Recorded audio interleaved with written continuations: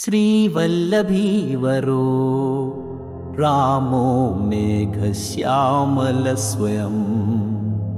श्रीरम्यशशिभूषणः मम मनकृष्णाय निःस्पृहम् श्रीमहालक्ष्मी देवी प्रियమైన వాడు రాముడు మేఘశ్యామలవర్ణుడు స్వయంగా పరమాత్మ చంద్రకాంతితో అలంకృతుడైన శ్రీవత్సలక్షణుడైన ఆ శ్రీకృష్ణునిపైనే నా మనస్సు నిశ్చలంగా ఉంటుంది. ఈ శ్లోకంలో భక్తుడు కృష్ణుని అనేక విశేషణాలతో స్మరిస్తూ తన మనస్సు ఆ భగవంతుని వైపే ఉండాలని కోరుతున్నాడు. శృణ్వంతు విశ్వే అమృతస్య పుత్రాః ఆయేధామాని ధ్రువణీత్యతిష్ఠత న మృత్యుపథం న మరణం పశ్యత హత్పీత్య కృష్ణామృతం తత్పిబధ్వం. ఓ అమృత స్వరూపులు అయిన భక్తులారా, మీరంతా ఈ మాట వినండి. కృష్ణామృతాన్ని సేవించండి, అది మరణాన్ని తొలగిస్తుంది. ఇది ధ్రువమైన మార్గం, మరణ మార్గం నుండి బయటపడండి.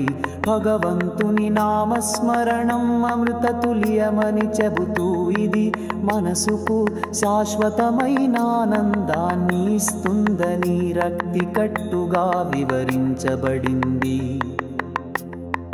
తతక కిం యదీహానా భవేత్ కేశవో మే శరణ్యం తతత కిం యదసతి న మృత్యౌ యమః పాణిదత్తం.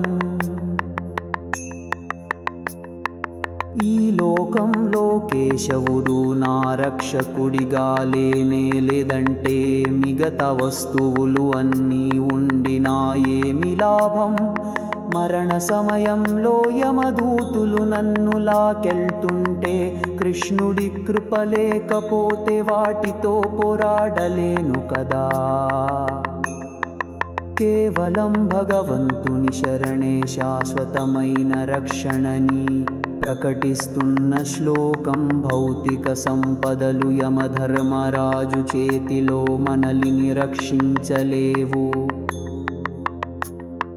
కృష్ణత్వదీయ పద పంకజ పంజరాంతః అద్యైవ మే విశతు మన్సరజ ప్రభో మే సంసార చక్ర కదనోత్సవ భీమరావే లబ్ధ్వాశ్రయం చరణమంబుజమశ్నుతే మే. ఓ కృష్ణా, నీ పద పద్మాలలో నా మనస్సు ఈ క్షణానే స్థిరమైపోవాలని నేను కోరుతున్నాను.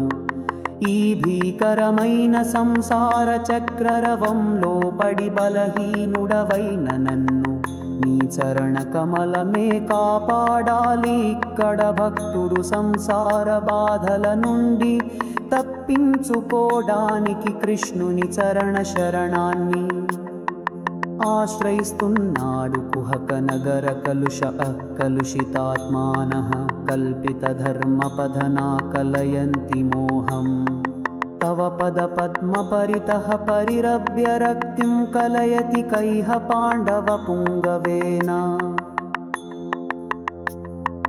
కల్మషముగల ఈ లోకంలో మాయక ధర్మ మార్గాలను అనుసరించేవారు మోసానికి లోనవుతారు. ఓ పాండవులలో శ్రేష్ఠుడా, నీ చరణ పద్మాలపై ప్రేమ కలిగించుకోని వాడు ఈ లోకంలో ఎవరు?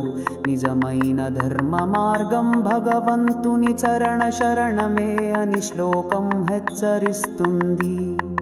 మిగతాన్ని మాయా.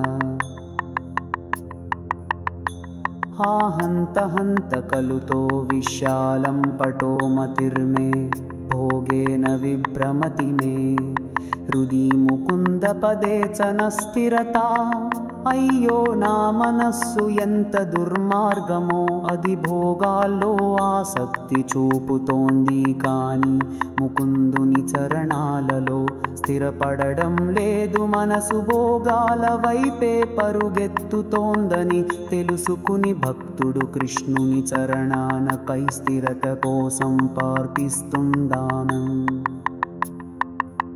చన్నన్హటాంజవనం దుత్తోపయామి శూన్యం ఈలామకే యశవననవృతిమానితదే ఇన్నామకే యదౌశుకృతి పుషోపే లోపే నమః పతదనంతతకే శోకంజం చన్నామృగభయాలం పాలత్రోణీమీవు ఈ నామన్నినతానే జనును వేదరలను మంచి కుల్కారం హకువదిపి నీ నామగుణెననే నీవారెనుడకుడు కృష్ణును.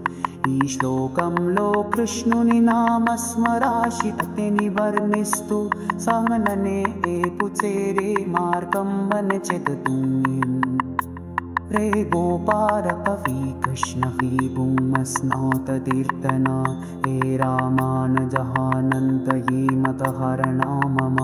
ओ गोपाला वो कृष्णा ने कीर्ति पुण्यमयन वो रामानुजा ओ मत सौरनानन्नो रक्षन्सु ई श्लोकं वनो निवेदलमामस्मरण रित्सिपभवन्नाभसंरक्तामि करियजेस्तुङ्गी कृष्णेति यस्लितगीतं मनसो न वर्षिः सीरितं गपववन्दनमक्षयस्ति कदोरतर्नभितोत्सि न यज्ञमरुणो ब्रह्मान्तरे एति मनसः स नरोते नास्ति कृष्णा.